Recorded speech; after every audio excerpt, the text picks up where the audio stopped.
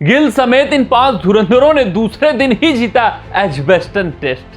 भैजबाल हुआ Edgbaston test में अपने युवाओं से बस। यार एजबेस्टन टेस्ट ये एक तरीके का किला है इंग्लैंड का। यहाँ पर 8 मुकाबले भारतीय टीम खेली है, 7 हारी है, 1 ड्रॉ करवाई।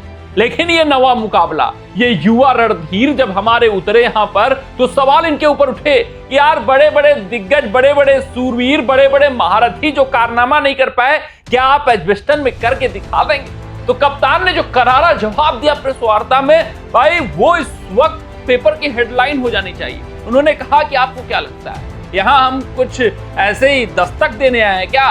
कुछ नया करने आए हैं, इतिहास बदलने आए हैं और नया कीर्तिमान लिखने आए हैं। और भाई साहब दूसरे दिन ही भारतीय युवाओं ने दिखा दिया है कि वो इंग्लैंड को पस्त कर चुके हैं, इस मुकाबले में कहीं आगे निकल चुके हैं। अब उनको पीछे खींच पाना मुश्किल नहीं, नामुमकिन है। दूसरे दिन की खेल समाप्ति के बाद सिर्फ और सिर्फ यही कहा जा सकता है कि भाई इतिहास लिखने वाले हैं भारतीय युवा, बड़ा कारनामा करने वाले हैं, 9वें टेस्ट मुकाबले में पहला भारतीय जीत दिलाने वाले हैं। साथ ही साथ भाई साहब जिस तरीके से इन युवाओं ने जज्बा दिखाया है, जोश दिखाया है, जुनून दिखाया है, काबिलियत, हुनर का प्रदर्शन किया है, उसको सलाम है, उसको नमन है, उसको सैल्यूट है। और इन युवाओं को लीड करते हुए कौन दिख रहा है? The Prince. इन्होंने लीड फ्रॉम द फ्रंट किया है, जबरदस्त इनकी बल्लेबाजी रही। अगर मैं उन 5 खिलाड़ियों की बात करूं जिसके दम पर हम जीत के कगार पर खड़े, जिनके दम पर हम इतिहास रचने वाले हैं, जिनके दम पर बैट बॉल दूसरे दिन ही पस्त हो चुका है, मुकाबले में कहीं पीछे हो चुका है, बहुत होगा तो मुकाबला ड्रा होगा, भारत के हारने के चांसेस ना के बराबर है। इसमें सबसे पहले और सबसे बड़े खिलाड़ी की चर्चा करें तो none other than Shubman Gill. हाँ, Shubman Gill lead from the front इन्होंने किया, जबरदस्त पारी खेली, रिकॉर्ड तोड़ डाले सारे के सारे जितने भारतीय कप्तानों ने बनाए होंगे इंग्लैंड की सरजमी पर। सबसे पहला रिकॉर्ड कि इंग्लिश धरती पर सबसे ज्यादा रन बनाने का रिकॉर्ड वो शुभमन गिल के नाम हो गया। Sunil Gavaskar the great, Rahul Dravid the great को पीछे कर डाला है। इससे पहले गावस्कर के नाम 221 रन था। फिर उसके बाद अगर मैं बात करूं इंग्लिश सरजमी पर पहले भारतीय कप्तान बने जो 200 बनाए हो, यही नहीं सेना देशों में 250 बनाने वाले वो पहले भारतीय कप्तान बने हैं, इवन 200 बनाने वाले पहले भारतीय कप्तान बने हैं। तो आप समझ सकते हैं कि ये जो अचीवमेंट उन्होंने पाए वो कितने बड़े हैं। विराट कोहली को भी पीछे कर डाला है, बतौर भारतीय कप्तान टेस्ट क्रिकेट में सर्वाधिक रन बनाने का रिकॉर्ड भी अपने नाम कर दिया। 254 विराट कोहली के नाम था तो 269 ठोकर शुभमन गिल ने वो भी रिकॉर्ड कायम कर दिया। यानी जितने बड़े कीर्तिमान रहे होंगे कप्तानी के वो शुभमन गिल ने ओन कर लिया, इस एजबेस्टन टेस्ट को ही ओन कर लिया। अब इनसे बेहतर शायद कोई खेल पाए यहाँ पर पारी, सिर्फ और सिर्फ जो रूट से उम्मीद होगी, अन्यथा भाई किसी में वो मादा, वो काबिलियत नहीं कि 270 रन टिक जाए, डट जाए और बड़ी पारी खेले। शुभमन गिल ये तो अच्छा खेले ही, इनकी चर्चा हो रही है, लेकिन इनके साथ साथ अन्य खिलाड़ियों ने भी इस बार रेजिलियंस दिखाया। उसमें सबसे पहला नाम यशस्वी जायसवाल का आता है।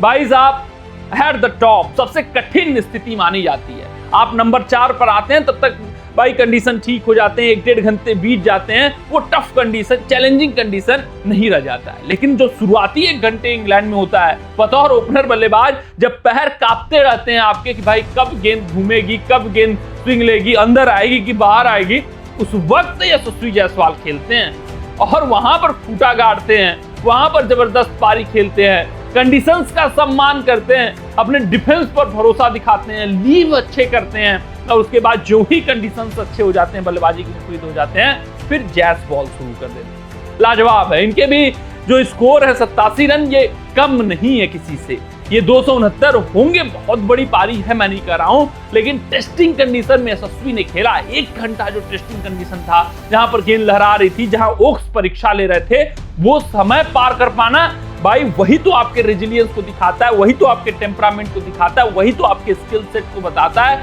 वही तो आपके टेक्निक की परीक्षा लेता है। और यशस्वी जायसवाल उसमें उत्तीर्ण दर्जे से हर मुकाबले में, चाहे ऑस्ट्रेलिया की सरजमी हो, चाहे वेस्ट इंडीज की सरजमी हो, चाहे इंग्लैंड की सरजमी हो, पास हो चुके हैं। 87 रन ठोका 107 गेंदों पर, यही यशस्वी जायसवाल का स्टार्ट है, जिसके दम पर शुभमन गिल ने 269 ठोका है।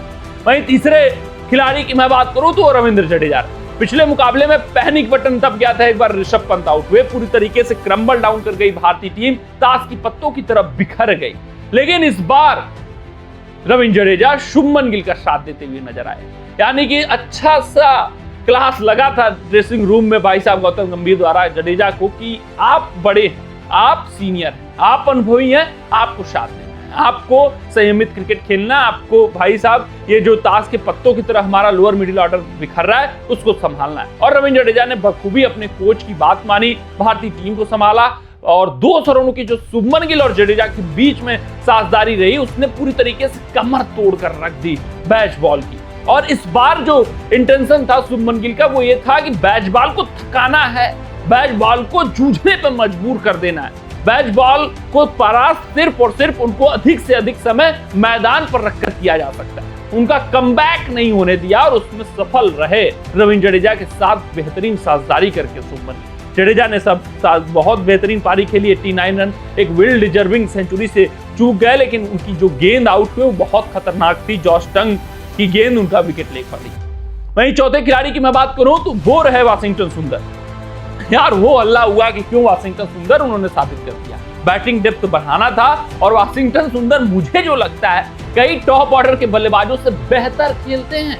उनकी टेक्निक, उनका टेम्परामेंट, उनका कंपोजर आप देख लेंगे तो लाजवाब रहेगा। हाँ, आज के मुकाबले में जरूर उनकी शॉर्ट पिच गेंद पर जो कमजोरी है उसको एक्सपोज करने का प्रयास किया, वहां पर वो थोड़े से लगे स्क्रैची, लेकिन उसके बाद जब एक बार संभाल लिया अपने आप को तो फिर वाशिंगटन सुंदर टिक गया। उन्होंने भी शुभमन गिल का साथ निभाया, 42 रन 103 गेंदों पर बनाया और जिस पार्टनरशिप की जरूरत थी किसके आउट होने के बाद, जडेजा के आउट होने के बाद, वो पार्टनरशिप गिल के साथ निभाई। 144 रनों की ये भी साझेदारी बहुत महत्वपूर्ण रही, तो 203 फिर 144 रनों की साझेदारी, वहां पर पूरी तरीके से इंग्लैंड टूट गया, परास्त हो गया वहीं पर इन दोनों साझेदारियों के दम पर। यही लोअर मिडिल ऑर्डर पिछली बार जो बिखर गया था वो लोअर मिडिल ऑर्डर इस बार भारतीय टीम के लिए उठ खड़ा हुआ।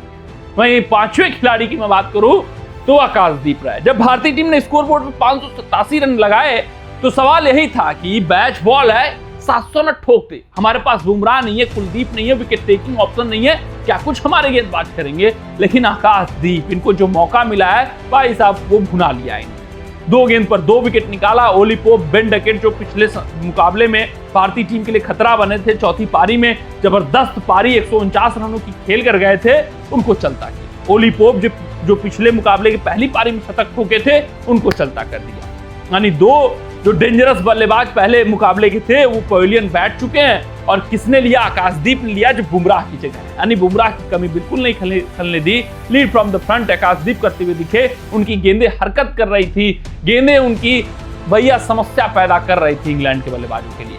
और आकाशदीप ये खास टैलेंट दिख रहा है, अगर जबरदस्त इसी तरीके से गेंदबाजी कर गए, सिराज प्रसिद्ध उनका साथ दे गए तो फिर चीजें भारतीय टीम के पक्ष में ही आने वाली है। जो अनइवन बाउंस है, एक आध गेंद अतिरिक्त उछाल जो ले रही है वो भाई साहब भारतीय बल्लेबाजों के लिए काल बनी ही। चाहे मैं करुण नायर की बात करूं, चाहे जडेजा की बात करूं, उसी तरीके से आउट हुए, वैसा ही कुछ इंग्लिश बल्लेबाज भी परेशान हो सकते हैं। देखना दिलचस्प रहेगा किस तरीके से गेंदबाजी होती है। अभी तक तो भारतीय टीम ने जबरदस्त छाप छोड़ा है और इंग्लैंड दूसरे दिन की समाप्ति पर 77 पर 3 है। भारतीय टीम एक कमांडिंग पोजीशन में नजर आ रही है, बड़ी जीत की तरफ अग्रसर है। सिर्फ और सिर्फ उम्मीद यही जताई जा सकती है कि ये भारतीय युवा गेंदबाज भाई साहब अपना एफर्ट दें, लाइन लेंथ पकड़े रखें, बुमराह से सीख लें, बुमराह से भाई साहब सीखें किस तरीके से करना है, क्या करना है कारनामा, फिर वो जो इंस्ट्रक्शंस मिल रहे हैं उनको फॉलो करें। देखना दिलचस्प रहेगा कैसे तीसरे दिन खेल जाता है आगे, लेकिन अभी तक तो भारत बहुत कमांडिंग पोजीशन में नजर आ रहा है। कमेंट सेक्शन में कमेंट करके बताइएगा कि क्या यहाँ से मुकाबला ड्रॉ हो सकता है, क्या यहाँ से इंग्लैंड वापसी कर सकता है, अन्यथा भारत की जीत तो